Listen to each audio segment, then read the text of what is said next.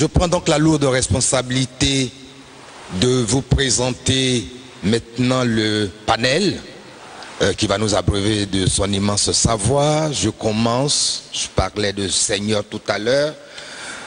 À tout Seigneur, tout honneur, et je me demande même si j'en ai le droit de présenter encore le professeur, le président, le ministre, Francis Vaudier. Est-il encore à présenter, puisqu'il faut sacrifier à l'usage qui veut qu'on présente brièvement les panélistes?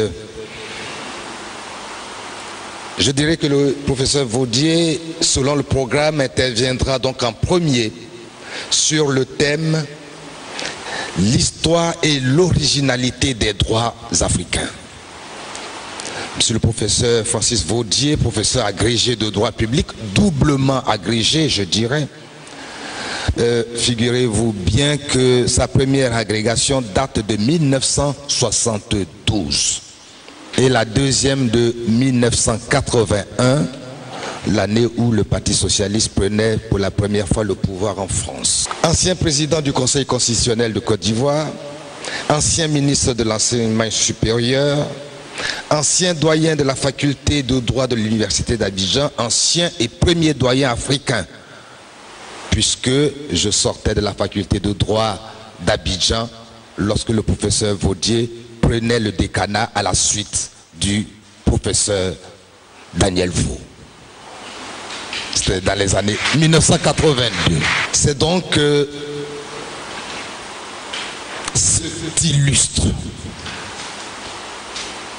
cet érudit qui va malheureusement en trop peu de temps, en 15 minutes, nous entretenir de l'histoire et l'originalité des droits africains. En second lieu, le docteur Cheikh Diop, membre de mon ordre, avocat donc au barreau de Côte d'Ivoire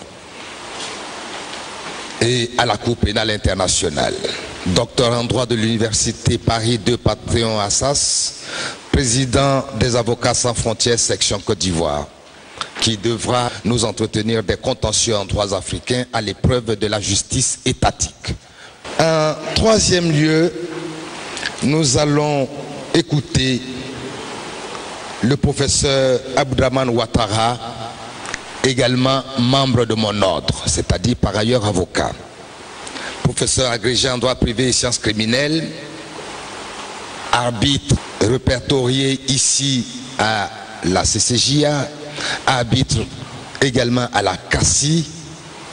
Le professeur Ouattara est, selon ce que je me suis laissé dire, le plus jeune agrégé de droit en Côte d'Ivoire. Son savoir n'égale pas encore celui du professeur Vaudier, mais il est sur la bonne voie.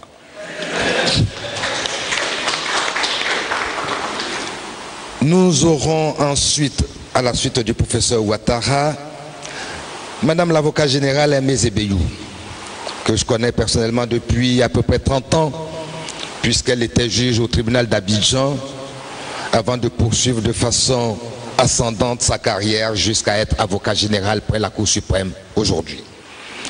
Elle est également arbitre ici même à la CCJA et à la CACI, médiateur inscrite à la CACI et accessoirement présidente de l'Association des femmes juristes de Côte d'Ivoire. Elle nous entretiendra du thème « La médiation, outil privilégié d'expression des droits africains ». Enfin, pour le coup, oui, c'est enfin, nous aurons en clôture l'intervention de Madame Yolande Cloutier, qui nous entretiendra sur le thème « Ouada, 2 décennies après, bilan et perspective ». Madame Yolande Cloutier est magistrat et juriste référendaire ici même à la CCJA. Voilà donc le panel qui va nous entretenir. Je vais sans plus tarder passer la parole au professeur Francis Vaudier pour que nous nous abreuvions à la source du savoir. Je voudrais vous saluer, Monsieur le Président, Madame l'avocat général, monsieur le bâtonnier, mesdames, messieurs, je me réjouis d'être en face de vous pour parler non pas en tant que juriste, le juriste que je ne suis pas, mais pour introduire quelques mots destinés à susciter la réflexion. De sorte que l'exposé sera à titre essentiel sur le mode interrogatif. Nous allons nous interroger sur le point qui m'a été soumis. Si de s'interroger est tout à fait légitime sur l'histoire et l'originalité des droits africains, de vouloir fournir la réponse devient présomptueux et je ne m'y risquerai pas. Vous me permettrez de commencer par quelques considérations d'ordre sémantique relativement à la signification du thème qui m'a été proposé. L'histoire et l'originalité des droits africains. Je me suis demandé en bon étudiant que signifie ce thème et comment devrais-je le traiter. L'histoire ne pose aucun problème. Nous savons tous ce qu'est l'histoire. Nous sommes supposés le savoir. Nous conduisons du passé au présent et du présent au passé. Il s'agit donc de l'itinéraire suivi par les droits africains. J'en dirai deux mots tout à l'heure. En revanche, l'originalité interroge. Qu'est-ce que l'originalité? Y réfléchissant, j'ai découvert qu'on peut retenir trois acceptions. L'originalité, qui est le substantif de l'adjectif original, désigne ce qui est propre à, ce qui est neuf, ce qui se rapporte à une chose, à une entité, sans rien devoir à une autre, appelant ainsi ou renvoyant ainsi à la créativité, à l'imagination, à l'innovation. C'est le côté interrogatif, non, c'est le côté positif de l'originalité. Par l'autre face, l'originalité ou l'original est donné comme quelque chose de bizarre, d'excentrique, d'anormal en quelque sorte. On dit d'une personne qu'elle est originale, qu'elle n'est pas comme les autres. On pourrait recevoir le thème sous cette définition. L'originalité des droits africains. Ce sont les bizarreries du droit africain. Et il en existe. J'en dirai deux mots tout à l'heure. Les droits africains. Droit avec un D majuscule. A avec un A majuscule. Ce qui nous renvoie à l'unité et du droit, des droits au droit, et à l'unité de l'Afrique. Or, nous savons que l'Afrique est une diversité de zones, de régions, de peuples, etc. Peut-on s'autoriser à passer facilement du multiple à l'unité? Des Afriques à l'Afrique. Des droits africains aux droits africains. Écrivant les droits africains, moi je vais retenir un D minuscule pour en arriver à écrire le droit africain avec un D majuscule. Ce n'est pas ce que proposent les auteurs. Je vais donc essayer d'en tenir compte pour présenter l'histoire des droits africains en supposant quelques-unes des questions réglées. Alors l'histoire des droits africains peut être caractérisée comme étant l'histoire de la colonisation et la décolonisation.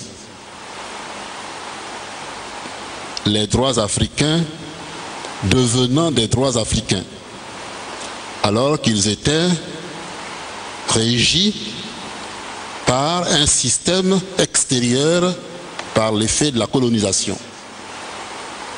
Or, nous voyons que l'évolution conduit de la colonie à la décolonisation, les anciennes colonies devenant des États. Et nous constatons aujourd'hui que le droit majeur, c'est le droit étatique. Donc aussi longtemps que les colonies n'étaient pas des États, ces colonies ne pouvaient avoir de droit. Donc ils ne pouvaient avoir de droit africain que dans certaines zones, mais pas sous l'empire de la colonisation. Donc la décolonisation va ouvrir la voie à la naissance de droits africains. Les droits africains, comme les droits d'une manière générale, devenant des droits étatiques. Donc le droit étatique est aujourd'hui au centre des droits. Il y a bien sûr des droits infra-étatiques, c'est-à-dire en dessous de l'État, supra- ou super-étatiques, se voulant au-dessus des États. L'OHADA est un ensemble d'États regroupés sur la base d'un accord poursuivant un objectif, se plaçant, puis-je le dire, un peu au-dessus des États ou à la même hauteur que les États. Je ne sais pas, la question peut être discutée. Mais l'idée consiste dans un mouvement vers l'internationalisation, soit au plan régional, soit au plan universel. Et nous avons de nombreuses organisations relevant de la régionalisation ou de l'universalisation des institutions. Voilà un peu l'histoire, puisque le temps qui m'est imparti est bien bref. Je l'utiliserai en conscience et en connaissance de cause. L'histoire ayant été définie comme celle de la colonisation-décolonisation. Les anciennes colonies devenant des sujets de droit, en étant dotées de la personnalité juridique, leur permettant de dicter des normes juridiques, ce qui n'était pas possible par le passé. De sorte qu'aujourd'hui, je pense qu'on peut dire que l'Afrique est constituée d'États. Il y a peu, ou il n'y a pas, il n'y a plus de colonies, ou très peu, juridiquement en tout cas. Et voilà pour ce qu'il en est de l'histoire des droits africains. J'ai réfléchi avec vous, vous le constatez. Pendant que je parle, j'énonce quelques idées et j'y réfléchis en même temps en espérant pouvoir obtenir de vous que vous y réfléchissiez aussi. Donc, un mouvement permettant de susciter l'interrogation et la réflexion. Abordant l'originalité des droits africains, j'ai dit qu'on pouvait recevoir l'originalité sous deux acceptions, peut-être une triple acception. L'originalité en tant que renvoyant à l'inventivité, donnant ce qui est propre, ce qui est de source pour telle entité, pour telle région, pour tel pays, pour telle personne. Mais l'originalité comme désignant ce qui n'est pas orthodoxe, ce qui est bizarre, ce qui est excentrique, somme toute ce qui n'est pas normal. Et la troisième acception, qui est peut-être neutre, qu'on pourrait retenir ici, comme désignant les particularités, les spécificités des droits africains. Alors retenons le concept d'originalité sous l'angle des particularités. Quelles sont ces particularités? Elles sont peut-être variables à raison des États qui sont retenus, à raison du domaine, droit public, droit privé par exemple.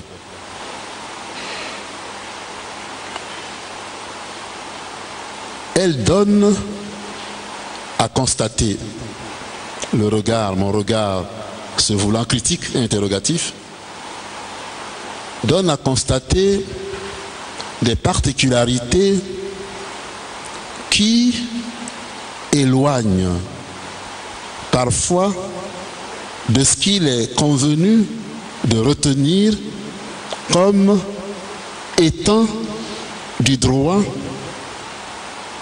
dans son élaboration comme dans son application. Le droit, je l'ai présenté comme étant le droit étatique, le droit émanant de l'État. Ce droit renvoyant au pouvoir politique. Le droit est le produit de la volonté de l'État. L'État, en tant que sujet de droit, est orienté, est structuré par le pouvoir politique.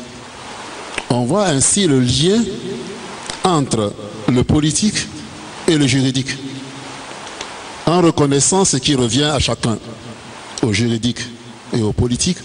On ne peut pas oublier ce lien consubstantiel entre le droit et le politique. C'est le politique qui produit le droit, de manière générale. Tout récemment, vous l'avez constaté, le politique en Côte d'Ivoire a constitué un comité d'experts, un comité de juristes, chargé d'élaborer la nouvelle constitution. Et j'ai été interrogé et j'ai indiqué sur le mode de l'humour que les experts sont appelés à écrire la nouvelle constitution. Mais on ne peut écrire que si on sait lire. Or, les experts ne savent pas lire. Comme le sens de l'humour est très développé chez nous, j'ai été pris à partie par des conseillers du ciel. Pour qui se prend-il? Pour oser émettre des réserves lorsque Monsieur le Président de la République prend une décision. Et c'est là l'un des traits de l'univers juridique dans les pays africains, consistant à décrire les rapports entre le juridique et le politique, tantôt par une politisation extrême, tantôt par une dépolitisation dévalorisante, ce qui n'est pas sans effet sur le mode d'être et sur l'application du droit. L'humour étant fermé, cette parenthèse étant fermée, il y a, comme vous l'avez constaté, pour le thème, 3 temps. La lettre, l'esprit et la pratique. L'esprit, je ne sais pas très bien ce que c'est. L'esprit est insaisissable. L'esprit serait peut-être ce que l'âme est pour les croyants. Mais l'âme est immatérielle, je ne sais pas ce que c'est.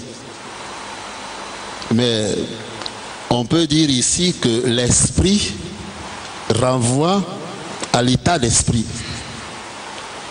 Et l'esprit renvoie aux finalités et aux buts visés par le droit. Nous aurons l'occasion d'en reparler, de sorte que, au niveau de l'application du droit, l'esprit pourrait passer par l'interprétation du droit, pour restituer au droit l'esprit qui a conduit à son élaboration. Alors, relativement à la lettre, je pense qu'il n'y a pas de problème particulier concernant la lettre, du point de vue formel. Nous sommes tous des juristes ici, je pense. Moi, je ne suis pas un juriste, je vous l'ai dit. Et j'espère que ce que j'ai dit est accessible. Mais au niveau de la lettre, il s'agit de dire ce qu'est le droit écrit. Et il y a un aphorisme biblique qui dit que la lettre tue. Et c'est l'esprit qui délivre. L'esprit, c'est le souffle qui permet de respirer et de faire respirer le droit. La lettre va figer le droit. Rédaction des normes juridiques, il n'y a pas de problème particulier. Nous avons des experts et par le mode de décolonisation, dans un premier temps, vous avez constaté que les experts sont venus nombreux de l'étranger, de l'extérieur.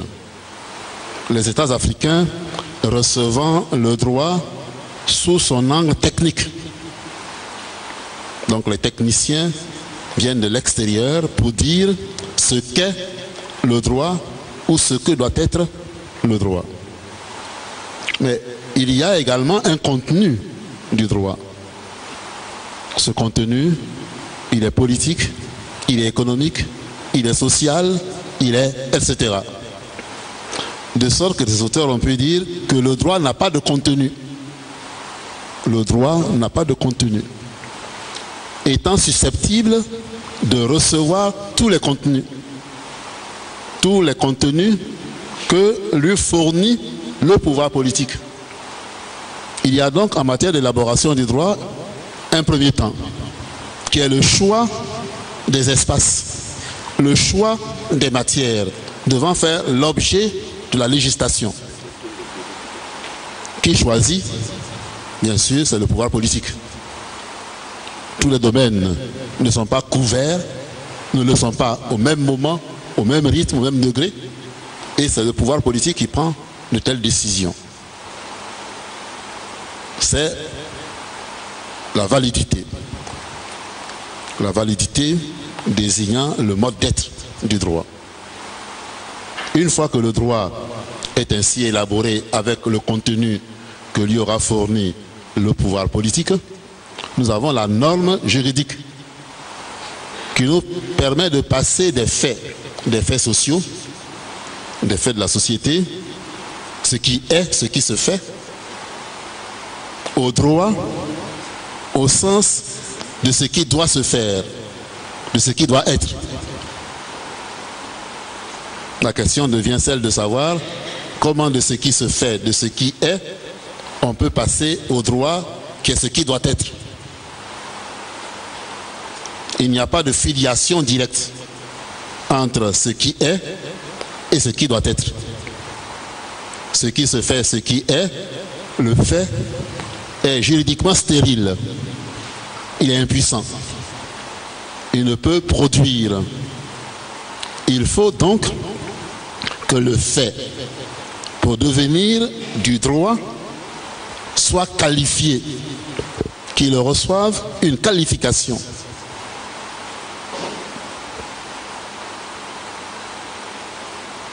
Je vous regarde un peu, jeunes gens, et je me demande si nous nous suivons.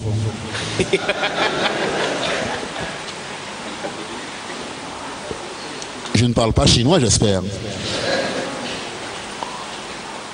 Est-ce que ce que je dis est non seulement audible mais intelligible? Oui? Je peux poursuivre? Donc pour passer de ce qui est le fait à ce qui doit être le droit, il faut un élément intermédiaire. On ne peut passer directement de ce qui se fait, de ce qui est, à ce qui doit se faire. L'élément intermédiaire, c'est ce qu'on pourrait désigner comme étant la dimension axiologique.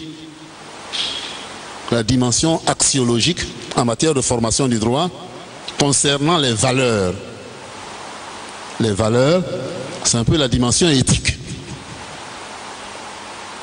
Qu'est-ce que nous voulons obtenir en réglementant tel ou tel domaine? Qu'est-ce que nous y mettons?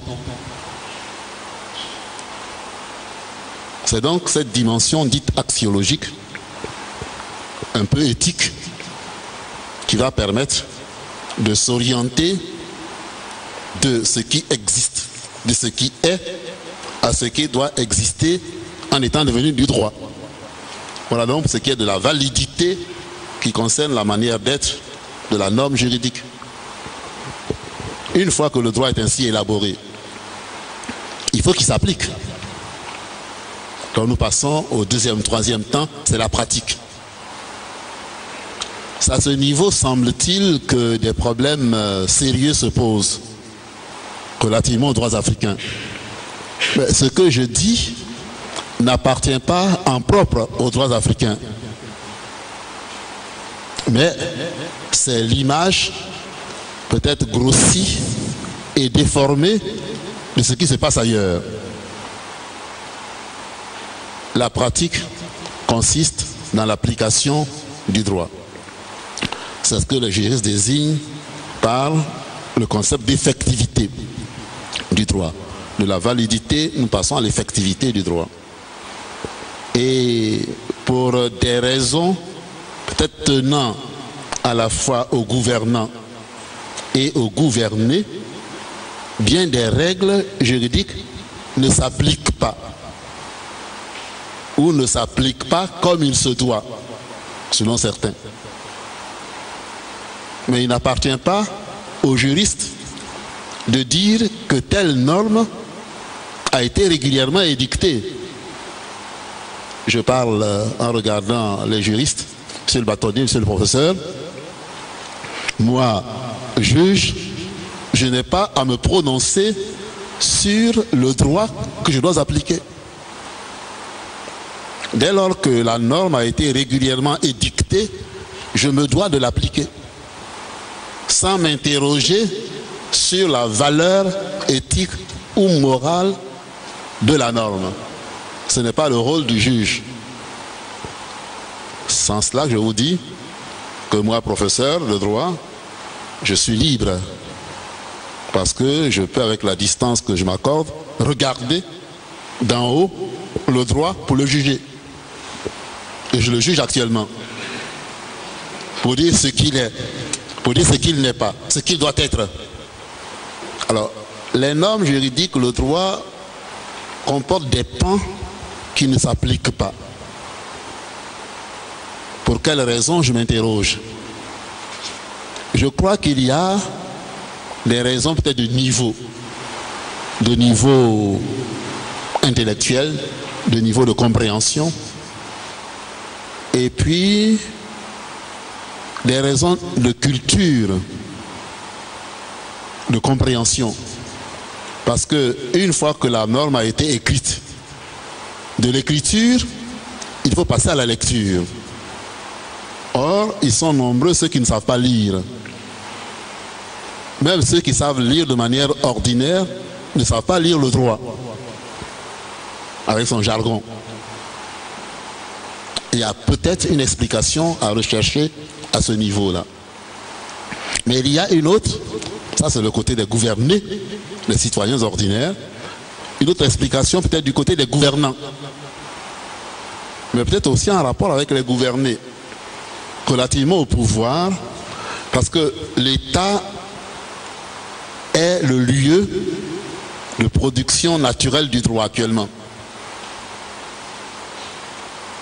donnant l'état de droit dont tout le monde se réclame. L'état de droit, c'est l'état qui repose sur le droit, qui fonctionne conformément au droit. C'est la grande définition. Alors, les citoyens, gouvernants et gouvernés, peut-être plus les gouvernés, je ne sais pas très bien, mais je note l'idée. Dans un état de droit, le pouvoir n'appartient pas à des individus. Le pouvoir dans l'État ou la souveraineté n'appartient pas au président de la République. N'appartient pas à Vaudier, bien sûr. Il appartient à l'État. L'État, c'est la personnification juridique de la nation ou du peuple. De sorte que cette définition donne un côté impersonnel au pouvoir, donnant, dans un régime voulu démocratique, le pouvoir institutionnalisé. Mais très rapidement, chez nous, le pouvoir institutionnalisé devient un pouvoir personnalisé et un pouvoir personnel. Et on le constate dans notre vocabulaire, il y a des glissements de sens. Lorsque l'État agit, on dit la présidente de la République a donné ou a fait ceci. On glisse d'un cran, c'est le président de la République. On glisse d'un autre cran, on dit c'est Vaudier en tant qu'individu. Je n'ai pas cité le président de la République, je dis on dit Vaudier. Donc on désigne l'individu, la personne physique en tant que telle. Au niveau domestique, par exemple, chez moi, le personnel m'appelle papa ou tonton. En bonne logique professionnelle, je devrais leur interdire de m'appeler papa ou tonton. Parce que de m'appeler par ces mots induit des comportements. Et nous passons du plan des rapports professionnels au plan des rapports familiaux, parentaux.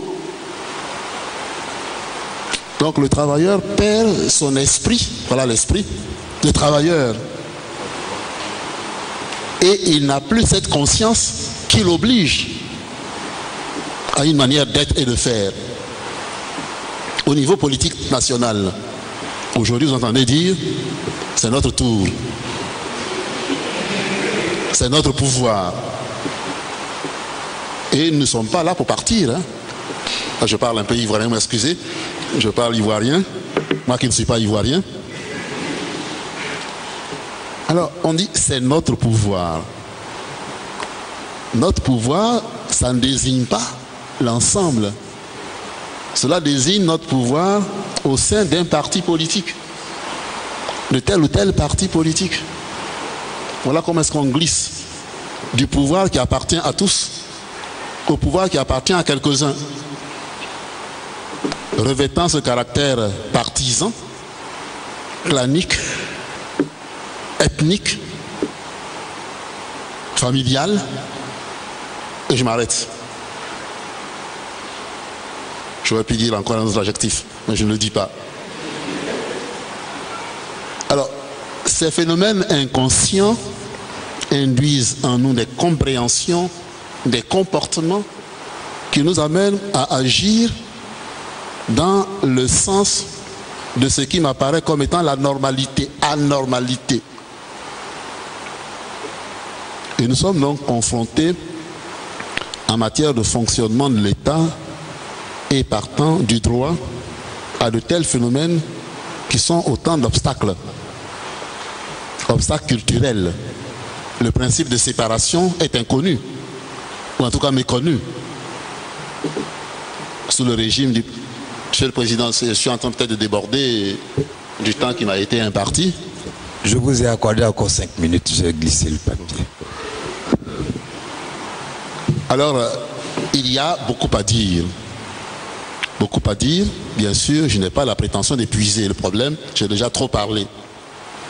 Mais j'aurais voulu avoir suscité en vous l'esprit critique nécessaire qui nous amène à prendre la distance par rapport à nous-mêmes, par rapport au vécu, par rapport à ce que nous faisons. Parce que l'une des tares des systèmes juridiques et politiques en Afrique, c'est l'absence de distanciation par rapport à soi et en relation avec les autres. Ce sont différentes césures, séparation des pouvoirs sur le papier, unicité du pouvoir dans la réalité. Pouvoir impersonnel sur le papier, pouvoir personnel dans la réalité. Ces décalages posent des problèmes au droit, au sujet de droit que nous sommes. Ma formule relativement au pouvoir, j'ai dit qu'on prévoit 2 ou 3 pouvoirs. De 2 pouvoirs, nous passons à un seul pouvoir. et du seul pouvoir, nous passons au pouvoir d'un seul. Voilà comment nous vivons le pouvoir et nous vivons l'État. Il y a là une rupture à opérer. Il y a déjà de nombreuses ruptures et césures qui existent actuellement, des déconnexions. Il va falloir que nous changions de logiciel pour nous connecter à nouveau sur le chemin du droit, non pas seulement en tant qu'il a été bien écrit, conformément aux exigences qui sont les siennes, mais également en tant qu'ayant été bien compris, il sera appliqué comme il se doit pour que le droit, qui est un ensemble de moyens, puisse servir aux fins qui sont les siennes. Je vous remercie.